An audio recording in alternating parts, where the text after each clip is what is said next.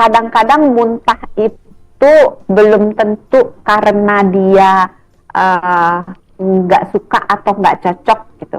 Bisa aja karena dia kekenyangan. Bisa aja karena pada saat itu dia memang lagi sakit gitu. Jadi atau dia kadang-kadang kan suka dilepeh gitu, dikeluarin lagi ya. Jadi dimasukin 1 sendok, keluar lagi semuanya gitu. Ini terutama pada awal-awal pemberiannya. Kadang-kadang itu bukan berarti anaknya nggak mau. Kadang-kadang dia nggak bisa nelannya, belum terbiasa untuk menelan sesuatu yang padat gitu. Jadi dicoba lagi. Jadi jangan putus asa, dicoba lagi. Kalau misalnya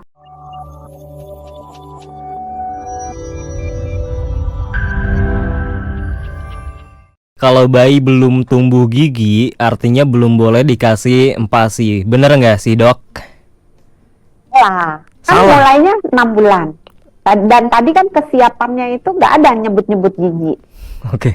Jadi itu mitos. Walaupun Itu. dia belum punya gigi, boleh dikenalkan makanan padat, tapi perlahan. Jadi mulai dengan 1 bahan makanan dulu.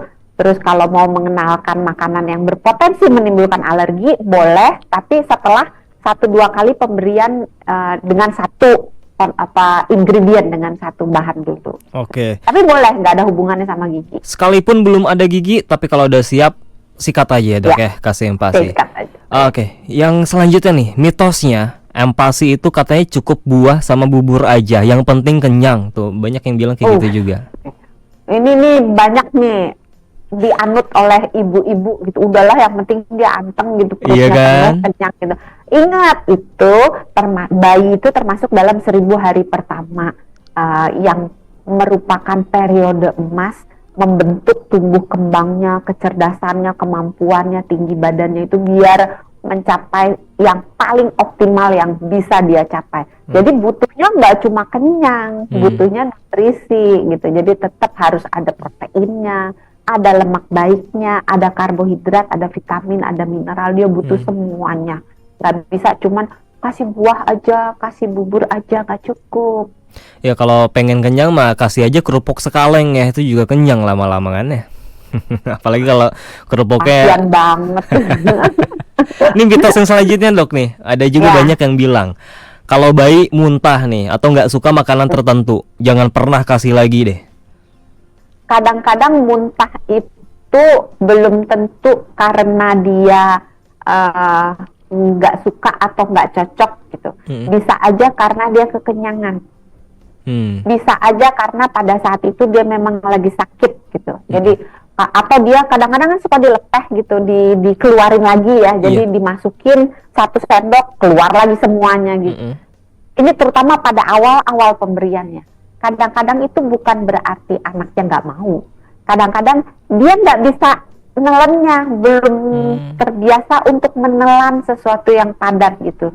Jadi dicoba lagi. Jadi jangan putus asa, dicoba lagi.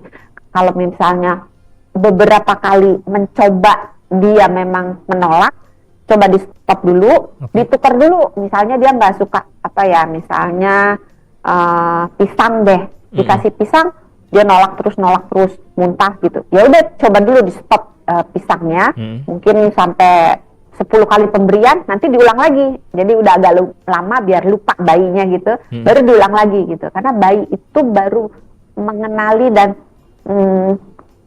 bisa menghargai sebuah rasa setelah kita kasih 8 sampai 12 kali pemberian, dikasih yang sama gitu. Jadi misalnya telur deh, kita kasih telur sekali, 2 kali, dia baru bisa benar-benar jatuh cinta dan kenal dan jatuh cinta dengan rasanya telur itu setelah minimal 8 kali pemberian. Tapi ini nggak berarti harus berturut-turut ya. Dari Senin sampai nanti Senin lagi sampai Selasa minggu depan tiap hari telur mulu, kesian anaknya juga bosen atuh gitu. Terbisulan yang ada ya. Iya. Ini yang terakhir nih, Dok. Ini sebenarnya udah dibahas ya, cuman saya tambahin 1 lagi komponennya. Nambahin gula sama garam di empasi bikin anak jadi lahap makan. Mitos ini ya. Umur berapa? Umur yang di pemberian pertama umur 6 bulan sampai 1 tahun. Sebaiknya dihindari. Sebaiknya dihindari. Tapi kalau misalnya mau, sedikit, sangat-sangat sedikit. Nanti udah masuk setahun, boleh mulai dikenalkan dengan garam. Tapi kalau misalnya gula, kalau bisa gula pasir terutama ya, kalau bisa dihindari total. Karena gula pasir itu kan manis ya.